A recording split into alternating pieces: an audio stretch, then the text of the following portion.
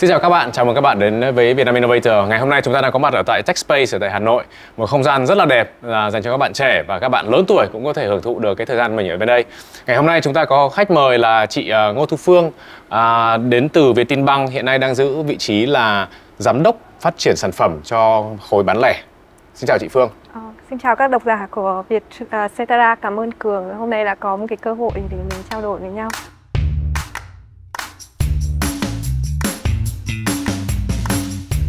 Thật ra là hôm nay cũng là một cách rất là tình cờ để biết đến chị Phương là thông qua em gái của chị Phương cũng gặp ở một cái sự kiện do Vietcetera tổ chức. Nên là hôm nay là rất là muốn chia sẻ về cái background của chị Phương trước. Là cũng là từng là học ở nước ngoài về, sau đó thì trải qua một số các cái công ty khác nhau và bây giờ thì chị đang làm về mặt sản phẩm. Thì chị có thể chia sẻ hơn một chút cho các bạn nghe được không? Thực ra thì mình là có khoảng hơn 11 năm là sống ở châu Âu từ lúc bé, chứ không hẳn là chỉ là mỗi cái khoảng thời gian giai đoạn mà du học. Lúc bé thì sống cùng với gia đình, sau đấy thì mình có khoảng 6 năm du học tại Pháp trong mảng tài chính, ngân hàng. Lúc mà về Việt Nam thì mình cũng làm việc tại Ernst Young Việt Nam. Sau đấy thì mình đã công tác tại Vietinbank và gắn bó cho đến bây giờ. Đúng là một cái lộ trình truyền thống của một gia đình Việt Nam chẳng hạn, là học xong cái là chúng ta sẽ vào Big Four, sẽ làm audit, sẽ làm những cái công việc cơ bản đó và gần như là mình sẽ cống hiến rất nhiều tiếng đồng hồ của một ngày và sau đấy mình sẽ nhảy ra ngoài. Thì không biết là lý do gì mà chị lại lúc đấy là chọn giữa Ernst Young, tại vì sau 2 năm thì được coi là chị đã được họ vắt cho đủ để mình có các cái trải nghiệm rồi. Nhưng mà tại sao lúc ấy chị lại nhảy sang ngân hàng?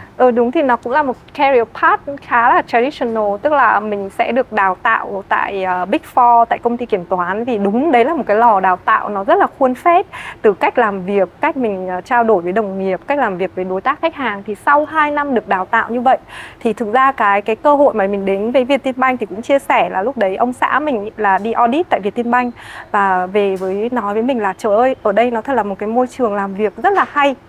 Đấy là thông qua ông xã kể lại, tại vì mình cũng ban đầu cũng có một cái rào cản tâm lý, nghĩ rằng là nếu mà mình làm việc ở Big Corp mà lại là banh nhà nước thì nó sẽ là như thế nào.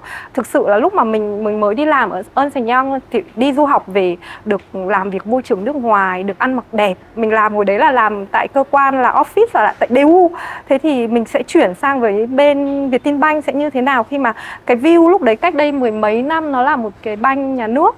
Nhưng thực sự khi mình chuyển sang như vậy và nó thay đổi về cái tư duy ban đầu rất là khác, là phụ nữ tìm một cái công việc nào đấy nhàn hạ để mình có thời gian chăm con. Thì mình vào đây mình bị cuốn bởi các cái cơ hội mà Vietinbank trao cho mình, được tham gia, được phát triển, thực sự là phát triển đấy. Tại vì cái background ban đầu của mình nói thật là kiểm toán, thực ra học về tài chính ngân hàng nhưng thực sự mình cũng chưa được build up một cái gì đâu. Nhưng mà tham gia dần dần được cuốn hút, được nói thực sự là các anh chị senior rồi các sếp trực tiếp giao cho những cái cơ hội để phát triển bản thân. Và mình cũng khám phá ra rằng là đúng thực là những cái mà cơ hội trao cho mình nó là những cái cơ hội thật sự tốt cho mình phát triển. Thì mình cũng thấy quý giá những cơ hội đấy. Sau khi chị tham gia vào Vietinbank hồi ban đầu thì cũng là phụ trách cái mảng rủi ro, quản lý rủi ro. Tuy nhiên thì hiện nay chị đang phụ trách một cái mảng khá là mới liên quan đến cái trải nghiệm khách hàng hoặc là cái hành trình của khách hàng, cái customer journey. Tại sao lại có thể một người với profile đang làm audit, đang làm risk mà lại chuyển sang làm liên quan đến digital và liên quan đến product? Đấy là một cái khá là thú vị để cho các bạn thấy rằng là khi mà bổ nhiệm một cái nhân sự vào một cái vị trí thì Vietinbank nhìn vào rất là nhiều yếu tố, cái kinh nghiệm của bạn, nhưng mà cũng nhìn vào một cái yếu tố cái khả năng phát triển của con người bạn và cái định hướng của bạn. Thế thì cái case của mình là mình làm risk. Thường thì mọi người sẽ đặt câu hỏi là tại sao lại đặt vào product. Tuy nhiên là lãnh đạo của mình thông qua các cái cơ hội đi theo các cái dự án mà Vietinbank hồi đấy xây dựng, các cái dự án để phát triển, thì thấy rằng mình có một cái năng lực cốt lõi. Đấy là mình rất là nhạy cảm và quan tâm đến cái khách hàng. Cho nên khi mình làm bất cứ một cái việc gì đó, mình sẽ nhìn ở cái view của ngân hàng như thế nào, khách hàng như nào. Đấy là một cái yếu tố mà mình nghĩ là nó sẽ khá là quan trọng cho một cái người mà xây product. Và vì mình được trao nhiều cơ hội làm các cái dự án, các cái project, thế cho nên nó cũng gắn nhiều với câu chuyện là chuyển đổi số. Thế cho nên lúc đó, tại cái thời điểm đấy thì Chủ tịch Vietinbank, các sếp, ban lãnh đạo cũng quyết định rằng là sẽ bổ nhiệm mình làm Head Product. và head product của một cái mảng rất là lớn là cover cả FD, saving, payment và lending. Trước đó thì nó là hai bộ phận độc lập. Cho nên khi mà từ risk mình mới là chỉ là phó phòng, mình đã được bổ nhiệm lên trưởng phòng, như vậy trưởng phòng một cái department gộp vào thì để thấy rằng là một cái cơ hội rất lớn. Nó có những cái risk trong đấy.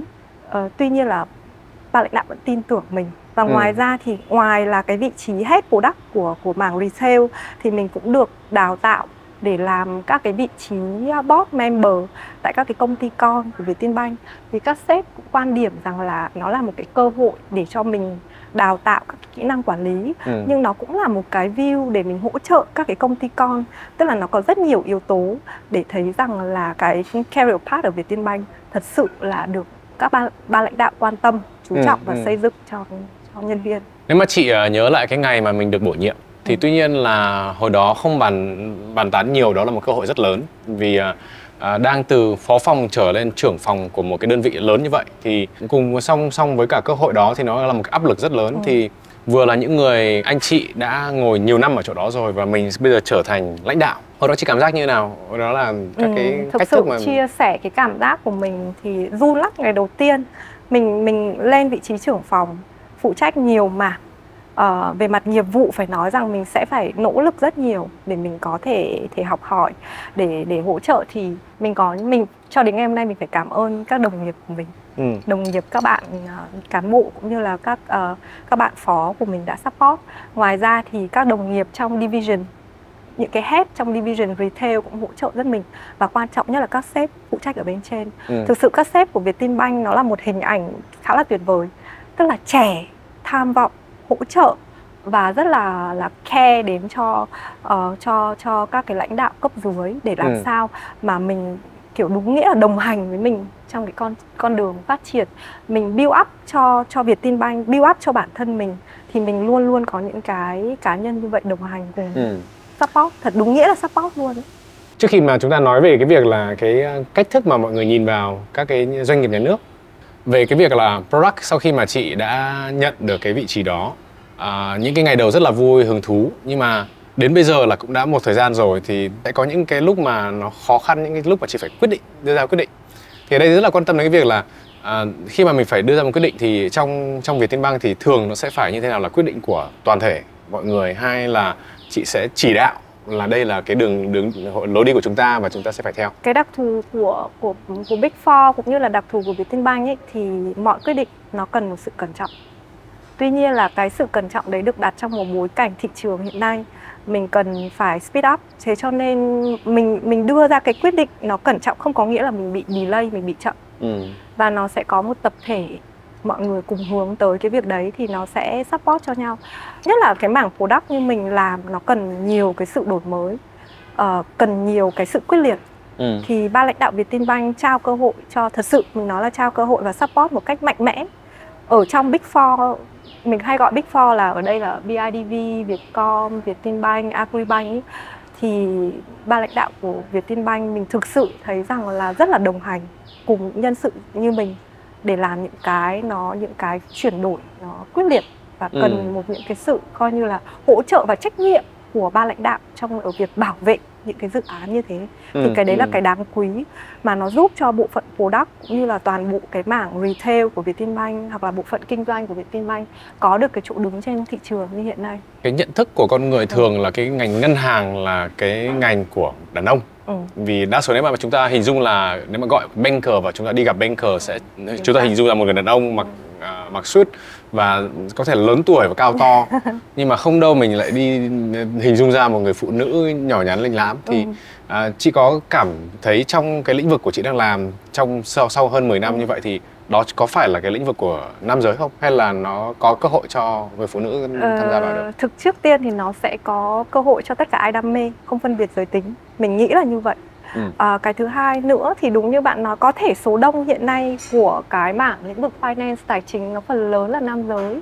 Tuy nhiên thì mình suy nghĩ rằng nó vẫn có cơ hội cho phụ nữ mình nhất là mảng product của mình nó cần cái tính hướng tới khách hàng rất là lớn, tức là mình care, mình quan tâm, vì bây giờ xây product nó rất là customer centric, bạn phải quan tâm nhiều đến cái trải nghiệm của khách hàng. Thì mình nghĩ ở đâu đấy, mình không nói là phân biệt giới tính nhé, là người phụ nữ vẫn có cái sense tốt hơn. Thực ra cái câu chuyện của bạn cũng để nói rằng đúng, nhiều đối tác trước khi gặp mình sẽ nghĩ là có ai đấy rất là cứng, hoặc là kiểu thương trường mà sẽ finance mà sẽ là, nhưng mà khi họ gặp thì họ thấy không phải là như vậy, mình nhẹ nhàng nhưng mà mình vẫn được việc. Và mình nghĩ là đấy cũng là một cái chia sẻ cho các bạn trẻ. Khi bạn muốn thành công thì cái hình ảnh bên ngoài và cái cách bạn tương tác với đồng nghiệp, với đối tác cũng rất quan trọng. Bạn phải xây dựng cho một cái hình ảnh cá nhân mình. Trước tiên là mình hay nói đùa là bạn có phải đẹp đã. Bạn đẹp người ta sẽ có cảm tình với bạn. Bạn lại giỏi nữa thì bạn lại càng sẽ có nhiều cơ hội. Đấy là cái quan điểm của mình muốn chia sẻ với các bạn. Nhưng mà phải đẹp và giỏi là hai yếu tố quan trọng. Đẹp và giỏi dựa trên nền tảng của mình. Vâng. Đấy thì bây giờ có thể quay lại một cái chủ đề mà thực ra là như em là cũng hiện nay thì cũng đang gọi là trong giai đoạn mà có thể tìm xem là cái thị trường nó đang ra sao, tại vì là tất cả mọi thứ đang diễn ra như kiểu các cái công ty công nghệ đang sa thải, rồi là các cái suy thoái kinh tế đang diễn ra, thì các cái doanh nghiệp từ bất động sản đến ngân hàng tài chính đến tất cả các cái lĩnh vực khác nhau, họ đều đưa vào tư thế là đang đề phòng, và gần như là tuyển dụng các thứ thì họ sẽ giảm đi. Tuy nhiên là nếu mà xem vào thì chắc rằng là như cá nhân em chẳng hạn thì em không bao giờ đi tìm một cái công việc là mở một cái trang web của Vietinbank và xem là các cái open position đấy là gì. Đâu đó mình sẽ coi là phải có các cái mối quan hệ, phải có người giới thiệu thì may ra mới vào được. Thì bằng cách nào mà các bạn trẻ bây giờ có thể là quan tâm hơn, và liệu có dễ vào hay không, hay là cái quá trình nó đang như thế nào? Thực sự thì trước hết là Vietinbank có những cái hình ảnh nào để hướng tới các bạn đã, để cho các bạn quan tâm, giống như Cường nói là nghĩ đến một cái hình ảnh có thể nó hơi khuôn phép ở một góc độ, ở một doanh nghiệp lớn. Nhưng thực ra thì Vietinbank có những cái chuyển mình rất là lớn. Chuyển mình lớn từ trong cái việc chất lượng dịch vụ khách hàng, sản phẩm dịch vụ khách hàng, và ngay cả cái việc là thu hút những cái nhân tài trẻ và đem những cái cơ hội đấy. Thì mình nghĩ là trong thời gian vừa qua, bên khối nhân sự của Vietinbank cũng đã có những cái bước tiến rất là lớn về việc thay đổi cái hình ảnh cũng như là cái thu hút của các cái nhân sự trẻ. Và cũng để cho các bạn thêm một cái thông tin là hiện nay đúng như Cường nói là cái thị trường kinh tế nó có những cái biến đổi khó khăn ấy, thì để thấy rằng là làm việc ở một cái doanh nghiệp lớn nó sẽ có một cái độ an toàn và nó vẫn bảo đảm cho các bạn về thu nhập. Thêm nữa là nếu như mà doanh nghiệp đấy lại có những cái cơ hội và những cái career path nó rất là clear cho các bạn, thì đấy là một cơ hội đáng xem xét cho các bạn để lựa chọn. Nói về cái việc là hiện nay có rất là nhiều các bạn Việt Nam học ở nước ngoài về, và ngay lập tức bây giờ là sẽ có cái xu hướng là sẽ về Việt Nam và tìm công việc ở Việt Nam. Thì không biết là bây giờ nếu mà đối với cả những bạn đấy thì các bạn sẽ có một cái gọi là mong muốn là mình đã bỏ ra rất nhiều thời gian, bỏ ra rất là nhiều tiền để học, và bây giờ mình quay trở lại. Nhưng mà ví dụ vào các công ty kiểu như Vietinbank, họ có thể là sẽ đánh giá bảo ok đây là một công ty nhà nước này, xong rồi là có thể lương bổng sẽ không được cao này, thì bao giờ tôi mới kiếm lại được cái tiền mà tôi đã bỏ ra để đi học? Thực ra thì nói về tổng thu nhập của Vietinbank đối với các bạn, mình cứ nói là các bạn mới đi nhé, thì nó cũng không quá là thấp so với thị trường. Nó khá là cạnh tranh ở góc độ tổng thu nhập của các bạn. Còn lại cái yếu tố mà các bạn đánh giá là làm sao để mà các bạn thu hồi lại cái vốn mà đã bỏ ra ấy, thì nó là phải là một cả quá trình. Các bạn nên đánh giá tổng thể cái sự đầu tư đấy. Không nên so sánh ở cái mức thu nhập ở những cái năm đầu đời. Mình nên so sánh là cũng một cái bạn như vậy sẽ làm ở fintech hoặc là làm ở Vietinbank nào, thì mình có thể khẳng định là mức thu nhập nó sẽ là rất là hấp dẫn cho các bạn. Thì cái đấy cũng là một cái thêm điểm cộng nữa để cho các bạn suy nghĩ. Còn lại thì ngày hôm nay cái case của mình đã chia sẻ là các bạn hoàn toàn có thể thành công nếu mà các bạn nỗ lực, không xét đến các cái yếu tố khác.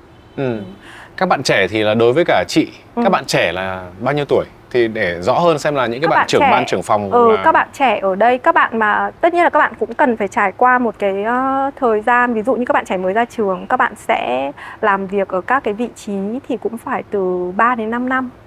Sau đấy thì các bạn bắt đầu lên các cái cấp là senior, và từ cái vị trí senior đấy thì các bạn có thể thi tuyển ở các cái vị trí head. Như vậy thì một cái career path tối thiểu là 5 đến 8 năm là các bạn có thể lên một các cái vị trí head như mình. Nếu mà chúng ta so với cả cái quy trình trước đây ấy, thì chúng ta sẽ cần cống hiến bao nhiêu thời gian, bao nhiêu năm thì mới lên được? Đấy, thì như chị chia sẻ là 8 năm đấy. Nhưng mà trước là 8 năm. Bây giờ tại vì head product như mình là cũng là một vị trí phụ trách đến từ 30 cán bộ trở lên. Thế cho nên mình cũng nghĩ rằng là tối thiểu các bạn cũng cần từ 5 đến 8 năm để các bạn có những cái tích lũy về mặt trải nghiệm, kinh nghiệm công việc thì các bạn lên thêm các vị trí hết. Như thế là nó cũng khá 5 đến 8 năm thì là thực ra cũng là rất là nhanh. Nếu mà so với cả các cái doanh nghiệp nhà nước thì chắc rằng mình sẽ phải cống hiến ví dụ là 15 20 năm thì bắt đầu mình lên được những cái vị trí như vậy. Ngày xưa thì nó phải hơn đấy, nó phải hơn đến hơn 10 năm đấy. 15 năm như bạn nói đấy. Như vậy thì là Vietinbank rõ ràng theo các cái chính sách của thu hút nhân sự thì đang gọi là đốt cháy một số cái giai đoạn mà trước đây đang quá lâu dài.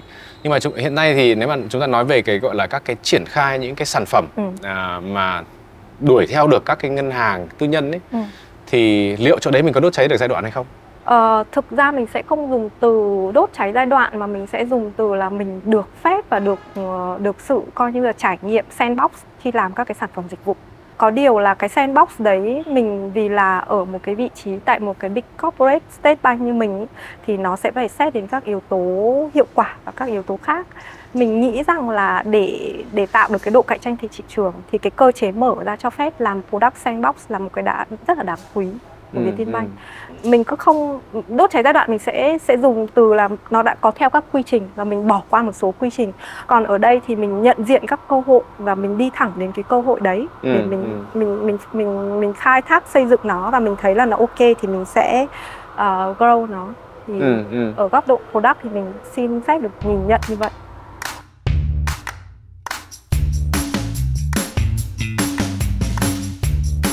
Thực ra là nếu mà xem vào cái thị trường ngân hàng ở tại Việt Nam ấy, thì hiện nay thì cái thị trường Việt Nam mình thực ra là cũng 100 triệu dân. Tuy nhiên là có rất là nhiều các ngân hàng khác nhau.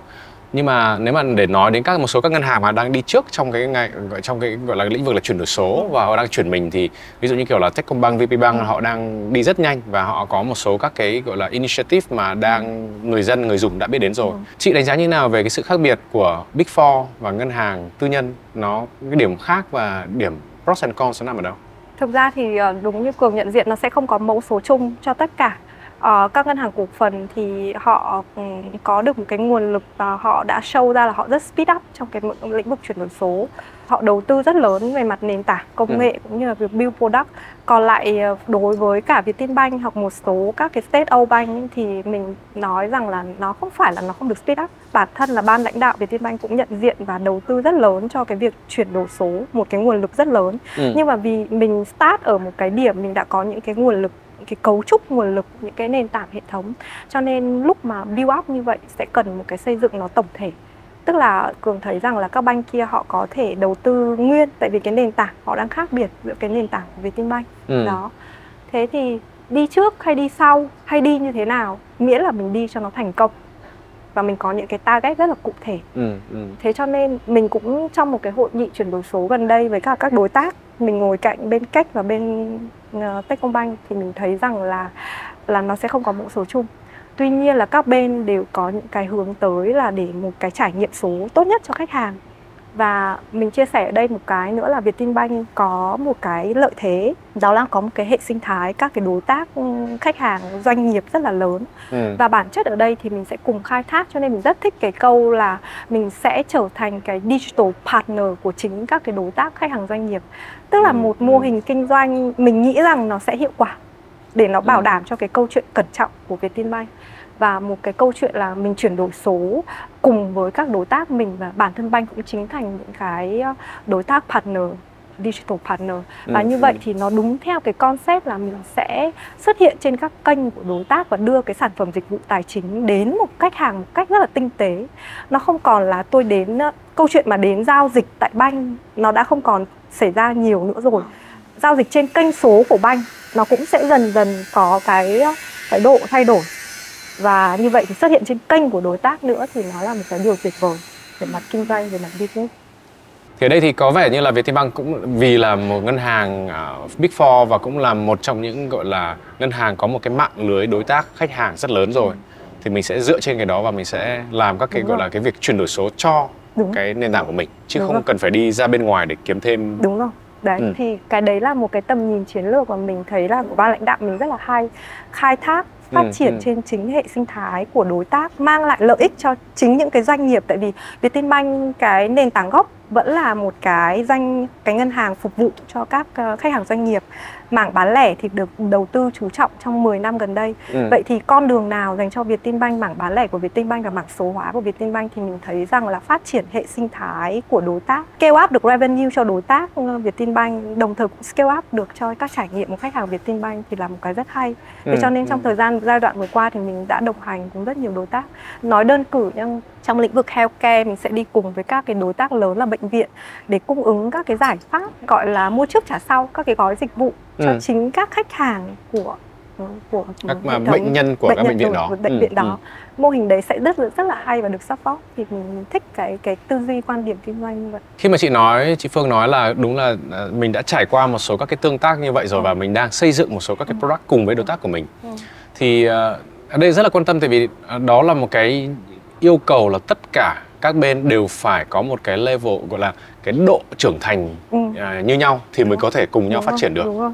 Thì bây giờ chị đánh giá như thế nào về cái độ sẵn sàng của các cái đối tác của mình? Mình có thể nói rằng là một sự sẵn sàng khá là lớn. Đúng như Cường nói, nó phải có một cái nền tảng công nghệ tương tác với nhau được thì mới phát triển được kênh số ở trên các kênh của đối tác như vậy. Đồng thời nó quan trọng là khi mà trao đổi với các anh chị chủ doanh nghiệp như vậy, mặc dù họ làm trong các lĩnh vực khác nhau, transportation này, healthcare này, nhưng mà họ đều có một cái tư duy tài chính và họ còn comment lại cho các cái sản phẩm dịch vụ của ngân hàng. Vì câu chuyện cuối cùng end of day là mình sẽ phục vụ chính những khách hàng của hai bên có cùng chung với nhau. Cho nên sẽ cố gắng tối đa về chất lượng dịch vụ tốt nhất. Nó không phải là câu chuyện tôi làm một cái gói tài chính cho một cái khách hàng để họ có thể sử dụng chi tiêu, mà tôi serve đúng cái đối tượng đấy với một cái trải nghiệm tốt nhất mà đưa ra cái yêu cầu từ hai phía đối tác và Vietinbank phải đáp ứng được. Thì rõ ràng đó là một cái lợi thế nhất định của Vietinbank so với cả các ngân hàng khác. Tuy nhiên thì ví dụ đấy là nếu mà chúng ta nói về gọi là corporate banking, nhưng mà ngân hàng bán lẻ và cái khối bán lẻ thì người dùng thì thật ra là như nhiều bên đánh giá thì là người dùng hoặc là user Việt Nam ấy, hoặc là các cái khu vực Đông Nam Á nó không loyal, và khi mà mình có giảm giá chỗ này giảm giá chỗ kia thì mình sẽ dùng rất là nhiều các cái ví khác nhau chẳng hạn, hoặc là các cái nền tảng khác nhau. Thì bây giờ làm sao mà mình đảm bảo được cái việc là những retail consumers hoặc là consumers của mình sẽ ở lại với cái nền tảng của mình? Đấy cũng là một cái yếu tố mà khi mình nói là mình khai thác trên hệ sinh thái. Vì nếu như mà mình như một số banh cổ phần ý, họ đốt tiền để acquire khách hàng tại một cái thời điểm để họ mở tài khoản, họ sử dụng một cái gì đấy, đưa ra rất nhiều cái voucher khuyến mãi, nhưng mà sẽ có một lượng ở lại với banh và có một lượng sẽ ra đi, và banh sẽ mất rất nhiều nguồn lực. Trong khi đó cái cách đi của Vietinbank, mình biết đúng cái target customer họ cần, họ có nhu cầu, họ đến kênh của các đối tác họ cần sử dụng, và lúc đấy Vietinbank xuất hiện với cái vai trò hỗ trợ các dịch vụ tài chính. Họ là những khách hàng thực, nó là những khách hàng, ở đây mình nói khách hàng giàu, ở đây là giàu về cái chất lượng khách hàng, nó là như vậy. Thế cho nên cái chiến lược mà mình đi với hệ sinh thái đấy, nó là một cái chiến lược nó đã rất là hay ngay từ đầu, nó loại bỏ được cái phần mà như Cường nói. Ngoài cái đấy ra thì bây giờ nói về là cái thị trường, cái cơ hội đã nằm đấy rồi.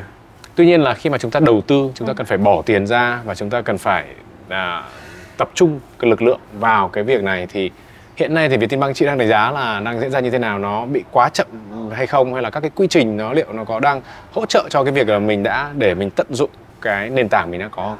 Mình nghĩ là các cái yếu tố điều kiện bắt buộc thì nó vẫn có cho một cái process của cái việc đầu tư chuyển đổi số. Nhưng mà cái key driver ở đây là cái định hướng của ban lãnh đạo của người đứng đầu, của chủ tịch, của tổng giám đốc và toàn bộ ban lãnh đạo Vietinbank thì nó rất là quyết liệt. Thì tất cả những cái khó khăn, những cái đấy mình nghĩ là giải quyết được trong cái việc đầu tư một cái nguồn lực. Tại vì một cái gói chuyển đổi số nó sẽ là một cái nền tảng đầu tư rất là lớn, nhưng có cái sự quyết liệt đấy thì mình nghĩ là sẽ speed up lên được mọi thứ. Và nó đã chỉ ra được rất là nhiều case mà khi có cái sự support như thế của cái người đứng đầu và ban lãnh đạo thì Vietinbank vẫn speed up ra các cái sản phẩm và ra các cái nguồn lực đầu tư trên thị trường. Em cũng hay hỏi đến cái việc là, và rất là nhiều các cái khách hay gặp cái vấn đề liên quan đến nhân sự. Cái số 1 là tuyển dụng nhân sự phù hợp làm thế nào cho tốt.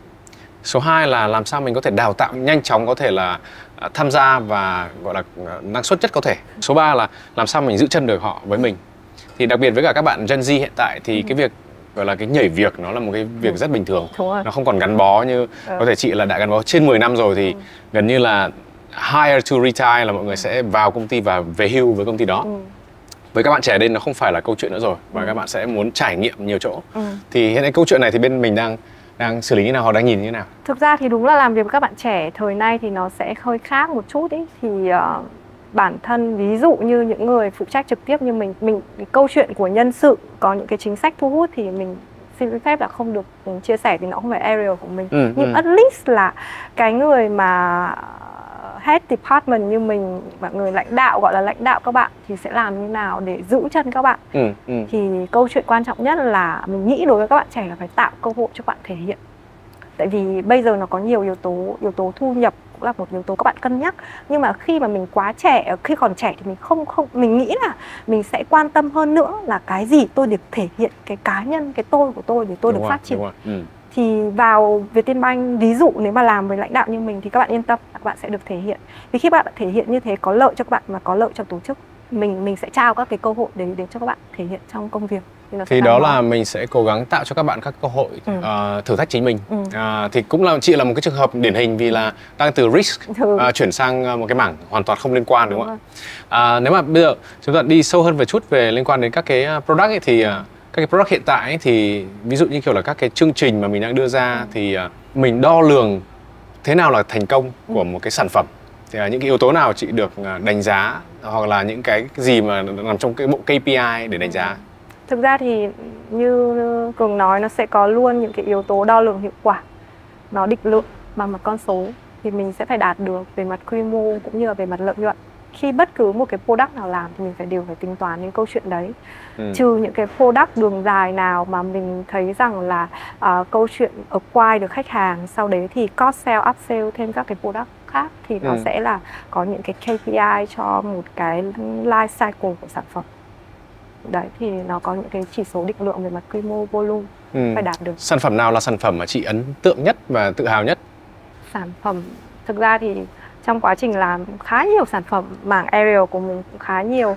Nhưng mà có lẽ là một cái sản phẩm mà mình thấy rằng hợp tác với cả bên đối tác Grab mà mình thấy rằng nó thay đổi rất nhiều cái tư duy của một bank nhà nước. Kiểu Vietinbank chỉ làm những cái khoản món lớn phục vụ những cái khách hàng mà gọi là affluent mass trở lên ấy. Tuy nhiên khi hợp tác với cả Grab thì mình đã thuyết phục được ban lãnh đạo quan tâm care đến những cái món service, những cái món cho vay nhỏ đối với cái đối tượng nó có thể gọi là yếu thế, những cái đối tác của bên Grab. Thì làm sản phẩm nó vất, nó có những cái con đường rất là dài phải đi qua, trải qua.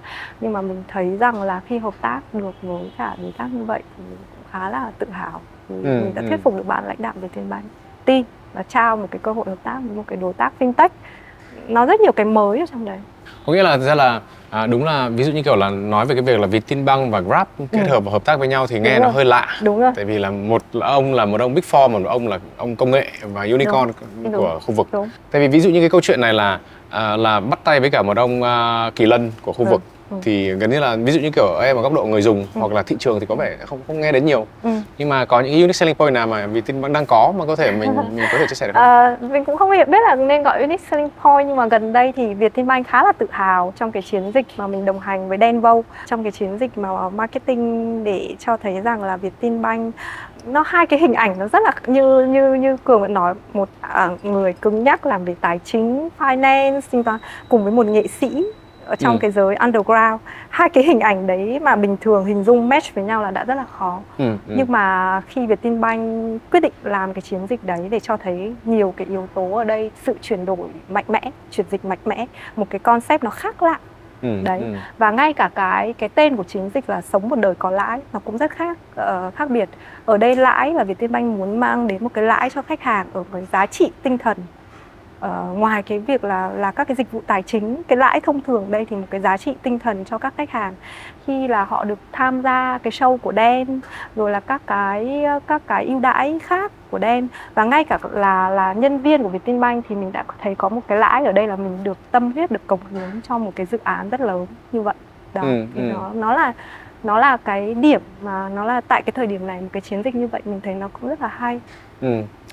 Lý do tại sao lại chuyển mình như vậy và tại sao lại bây giờ là có vẻ như là Vietinbank đang hướng tới để để phục vụ và xây dựng một cái hình ảnh là đối với các bạn trẻ là chúng tôi cũng biết hợp tác với cả các cái đối tác kiểu này, chúng tôi cũng mong muốn hợp tác với cả các đối tác kiểu này. Thì lý do đằng sau là gì? Thì đó, hợp tác với cả các công ty fintech, hợp tác với một cái nghệ sĩ underground để thấy rằng là như mình nói, đấy là một sự chuyển dịch mình mạnh mẽ. Nó cũng là cái thông điệp, tức là Vietinbank mình hòa mình vào với cả customer, thật sự là hòa mình cùng với customer. Đấy. Thực ra là trong thời gian vừa rồi em có chia sẻ rất là nhiều các cái doanh nghiệp thì cái việc retention hoặc là giữ chân các cái nhân viên của mình thì ngoài cái việc là có thể là một cái văn hóa đặc thù là không ở đâu có thể là những cái gọi là phần tiền sẽ cao hơn thị trường. Nhưng mà ở đây thì đúng là một cái gọi là như chị gọi là yêu. Thì làm sao chúng ta tạo được cái môi trường để nhân viên yêu công ty, yêu doanh nghiệp?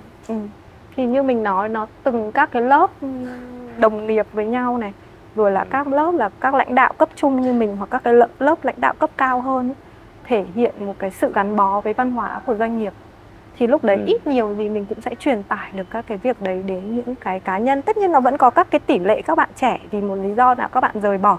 Thực ra cũng chia sẻ cái giai đoạn này Vietinbank cũng bị rất nhiều các cái đối thủ là thu hút các cái nhân sự giỏi.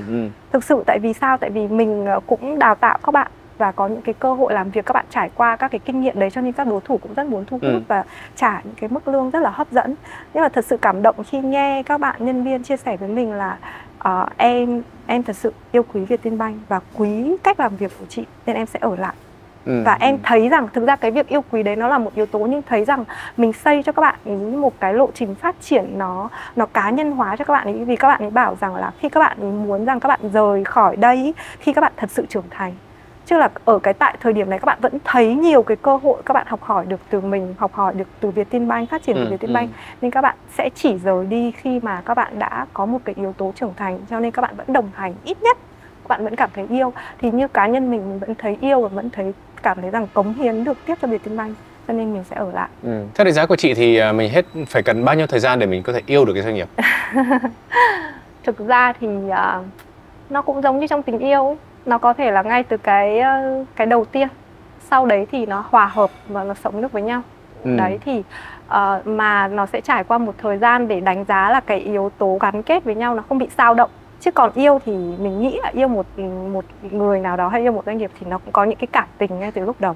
Sống với nhau hòa hợp thì cũng như thế, nó cũng từ dưới 3 năm trở đi, mà nó là cái khoảng thời gian nó dễ lung lay nhất. Còn trên khoảng 3 thời gian thì bạn đã quen, bạn đã hòa hợp với nhau thì bạn sẽ ở lại.